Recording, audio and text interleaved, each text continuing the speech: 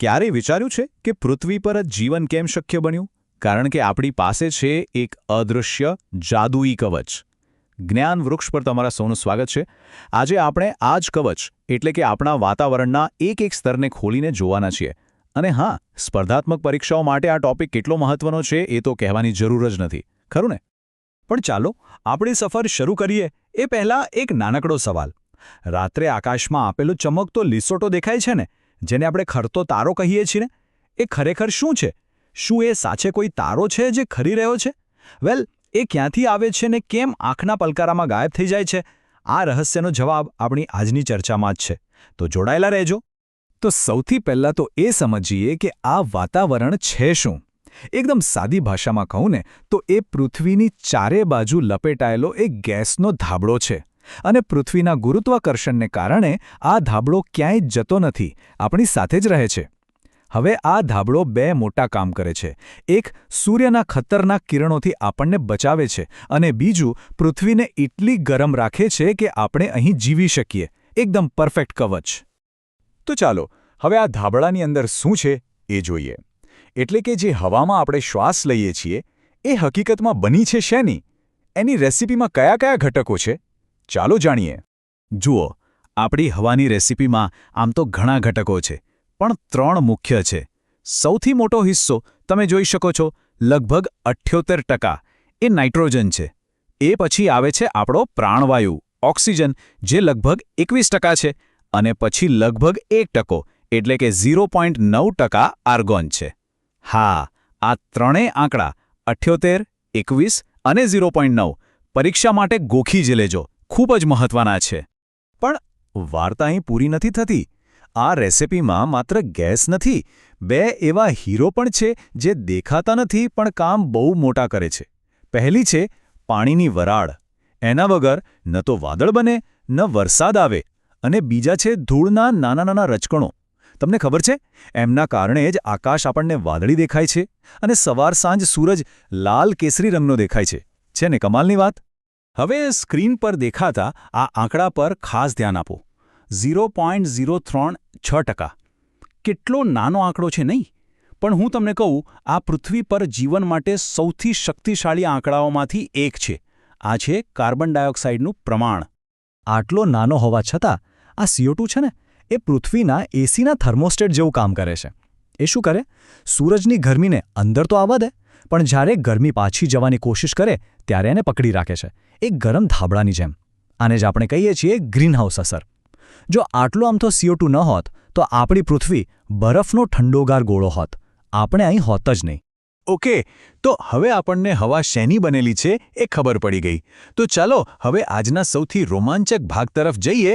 આપણે પૃથ્વીની સપાટી પરથી એક રોકેટમાં બેસીને સીધા અવકાશ તરફ ઉડાન ભરીશું અને રસ્તામાં આવતા વાતાવરણના 5 સ્તરોની મુલાકાત લઈશું. તૈયાર છો? આ રહી આપણી સફરની સીડી. આપણે એક પછી એક આ 5 માળ ચડવાના છીએ. સૌથી નીચે ક્ષોભાવરણ, પછી સમતાપાવરણ, પછી મધ્યાવરણ, ઉષ્માવરણ અને છેક ટોચ પર બાહ્યાવરણ. મિત્રો, પરીક્ષામાં નીચેથી ઉપરનો આ ક્રમ વારંવાર પૂછાય છે, એટલે મગજમાં બરાબર ફિટ કરી દેજો. તો ચાલો પહેલું પગથિયું ચડીએ. આપણી સફર શરૂ થાય છે આપણા પોતાના ઘરમાંથી, એટલે કે ક્ષોભાવરણમાંથી. એ સ્તર જ્યાં હવામાનના બધા ખેલ રચાય છે. આપણે જ્યાં જીવીએ છીએ, શ્વાસ લઈએ છીએ, એ જ આ ક્ષોભાવરણ છે. વાદળા, વરસાદ, બરફ, વાવાઝોડું, વીજળી, હવામાનની જેટલી પણ ઘટનાઓ તમે જોઈ છે એ બધી અહીં જ બને છે. અને આ સ્તરનો એક સુવર્ણ નિયમ યાદ રાખજો. અહીં જેમ જેમ તમે ઉપર જાઓ તેમ તેમ ઠંડી વધે, તાપમાન નીચે જાય. લગભગ દર કિલોમીટરે 6.5 ડિગ્રી જેટલું તાપમાન ઘટી જાય છે. એટલે જ પહાડો પર ઠંડી હોય છે. ચાલો હવે ક્ષોભ સીમા નામની એક પાતળી સરહદ પાર કરીને આપણે બીજા માળ પર પહોંચી ગયા છીએ. આ સ્તરનું નામ છે સમતાપ આવરણ. અને આ સ્તર આપણા ગ્રહ માટે એક મોંઘામાં મોંઘા સનસ્ક્રીન જેવું કામ કરે છે.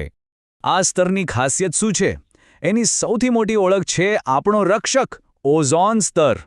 આ ઓઝોન ગેસની ચાદર સૂર્યના ખતરનાક અલ્ટ્રાવાયોલેટ એટલે કે UV કિરણોને શોષી લે છે અને આપણને ચામડીના કેન્સર જેવી બીમારીઓથી બચાવે છે.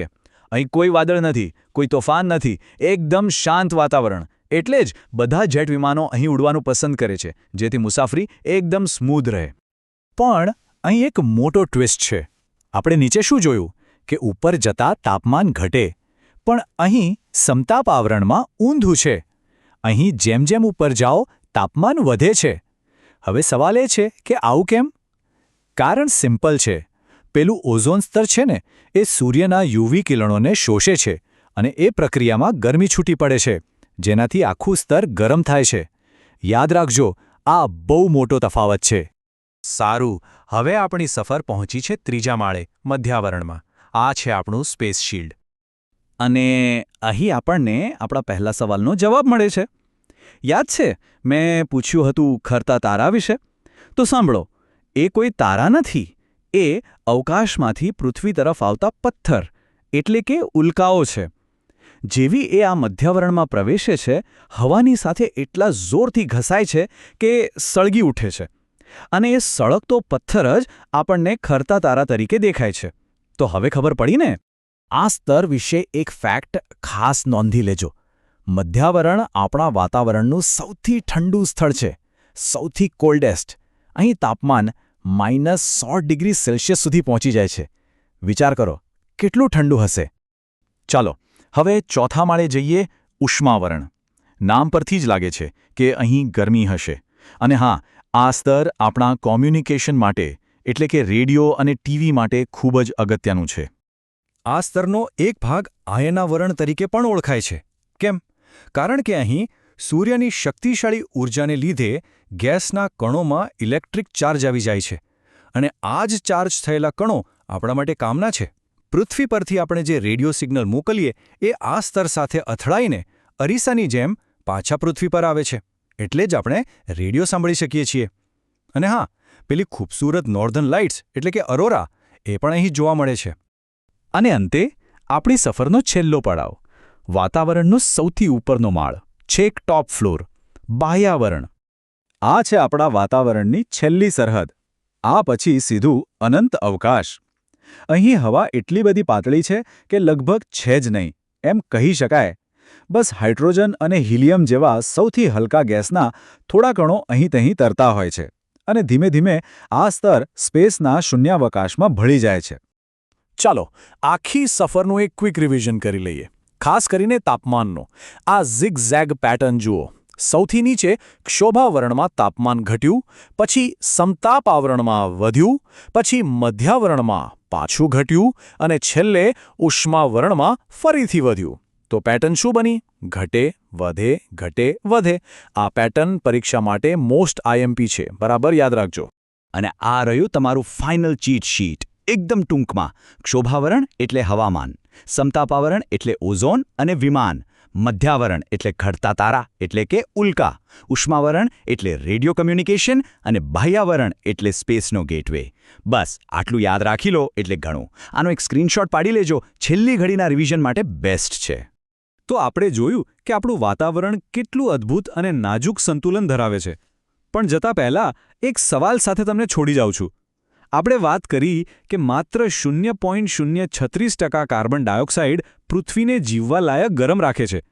તો વિચારો, જ્યારે આપણે આ ટકાવારી સાથે છેડા કરીએ છીએ, જ્યારે એનું પ્રમાણ વધારીએ છીએ, ત્યારે આ નાજુક સંતુલનનું શું થશે? અને આપણા ગ્રહનું ભવિષ્ય કેવું હશે? આના પર વિચાર જરૂર કરજો. આશા છે કે આજની આ સફર તમને ગમી હશે અને ઘણું શીખવા મળ્યું હશે. જો કોઈ પણ પ્રશ્ન હોય તો નીચે કોમેન્ટમાં પૂછવામાંથી અચકાતા નહીં. વિડીયો ગમ્યો હોય તો લાઇક કરજો, તમારા મિત્રો સાથે શેર કરજો અને હા, જ્ઞાનવૃક્ષને સબસ્ક્રાઇબ કરવાનું ભૂલતા નહીં.